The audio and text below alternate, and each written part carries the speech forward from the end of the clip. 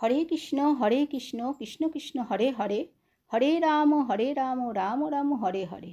নমস্কার বন্ধুরা, ভক্তিদর্শন চ্যানেলের আরও একটি নতুন পর্বে আপনাদের স্বাগত জানাই। আশা করি আপনারা সকলে ভালো আছেন, সুস্থ আছেন। এই পর্বের বিষয় হল 2024 সালের 1430 বঙ্গাব্দের চৈত্র মাসের কৃষ্ণপক্ষের একাদশী পাপ মোচনী একাদশীর পূর্ণাঙ্গ সময়সূচি। একাদশীর তিথি কখন লাগবে, কখন ছাড়বে, একাদশী ব্রত পালনের সময়, তার সাথে জানব পাপমোচনী একাদশীর পূর্ণ পবিত্র ব্রতকথা ও ব্রত মাহাত্ম্য।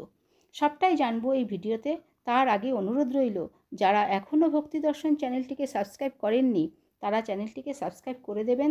তার সাথে লাইক, কমেন্ট, শেয়ার করে পাশে থাকা অল নোটিফিকেশনে ক্লিক করে দেবেন পরবর্তী ভিডিও পাওয়ার জন্য।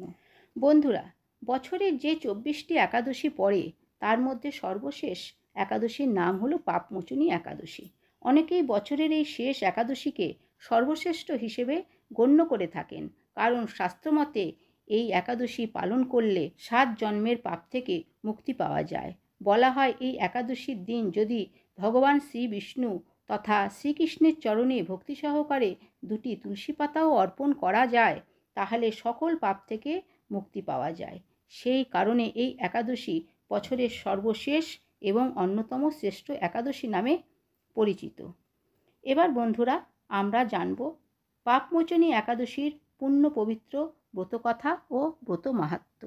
যুধিষ্ঠির শ্রীকৃষ্ণকে বললেন, হে জনার্দন, চৈত্র মাসের কৃষ্ণপক্ষের একাদশীর নাম ও মাহাত্ম্য কৃপা করে আমায় বর্ণনা করুন। শ্রীকৃষ্ণ বললেন, হে ধর্মরাজ যুধিষ্ঠির, আপনি ধর্ম বিষয়ক প্রশ্ন করেছেন। একাদশী সকল সুখের আধার, সিদ্ধি প্রদানকারী ও পরম মঙ্গলময়, সমস্ত পাপ থেকে নিস্তার বা মোচন করে বলে এই পবিত্র একাদশীর তিথি পাপমোচনী নামে জগতে প্রসিদ্ধ। রাজা মান্ধা একবার লোমশ মুনিকে এই একাদশীর কথা জিজ্ঞাসা করেছিলেন। তার বর্ণিত সেই বিচিত্র উপাখ্যানটি আপনার কাছে বলছি, আপনি মনোযোগ দিয়ে তা শ্রবণ করুন। প্রাচীনকালে অতি মনোরম চৈত্ররথ পুষ্প উদ্যানে মুনিগণ বহু বছর ধরে তপস্যা করতেন। একসময় মেধাবী নামে এক ঋষিকুমার সেখানে তপস্যা করছিলেন। মঞ্জুঘোষা নামে এক সুন্দরী অপ্সরা তাকে বশীভূত করতে চাইল, কিন্তু ঋষির অভিশাপের ভয়ে সে আশ্রমের 2 মাইল দূরে অবস্থান করতে লাগল। বীণা বাজিয়ে মধুর স্বরে সে গান করত। একদিন মঞ্জুঘোষা মেধাবীকে দেখে কামবাণে পীড়িতা হয়ে পড়ে। এদিকে ঋষি মেধাবীও অপ্সরার অপরূপ সৌন্দর্য দেখে মুগ্ধ হন। তখন সেই অপ্সরা মুনিকে নানা হাব ভাব ও কটাক্ষ দ্বারা বশীভূত করে। ক্রমে কাম পরবশ মুনি সাধন ভজন বিসর্জন দিয়ে তার আরাধ্য দেবকে বিস্মৃত হন। তিনি এইভাবে অপ্সরার সাথে কাম ক্রিয়ায় মুনি বহু বছর অতিক্রান্ত হলো। মুনিকে আচারভ্রষ্ট দেখে সেই অপ্সরা দেবলোকে ফিরে যেতে মনস্থ করল। একদিন মঞ্জুঘোষা মেধাবী মুনিকে বলতে লাগলো, হে প্রভু, এখন আমাকে নিজ গৃহে ফিরে যাওয়ার অনুমতি প্রদান করুন।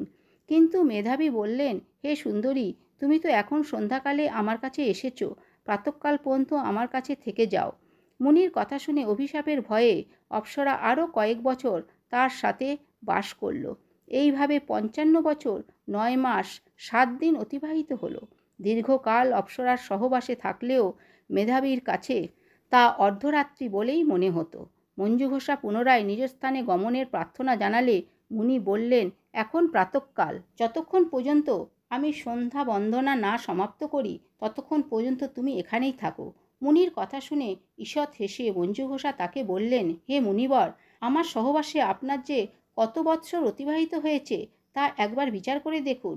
এই কথা শুনে মুনি স্থির হয়ে চিন্তা করে দেখলেন যে তার 56 বৎসর অতিবাহিত হয়ে গেছে।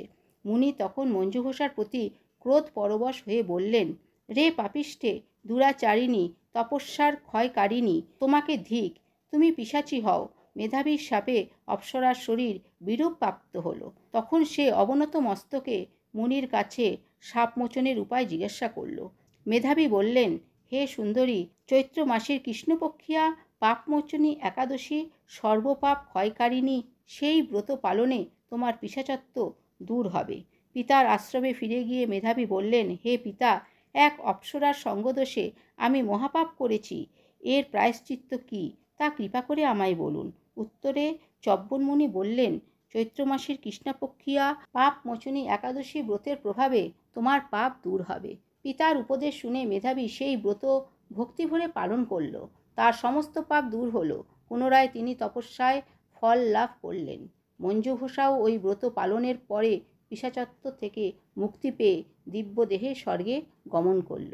হে মহারাজ, যারা এই পাপমোচনী একাদশী পালন করেন তাদের পূর্বকৃত সমস্ত পাপই ক্ষয় হয়। এই ব্রতকথা পাঠ ও শ্রবণে সহস্র গোদানের ফল লাভ হয়। 2024 সালের পাপমোচনী একাদশীর পূর্ণাঙ্গ সময়সূচি। একাদশী তিথি শুরু হবে 4 এপ্রিল 2024, বাংলার 21 চৈত্র 1430 বৃহস্পতিবার সকাল 11:52 পর থেকে।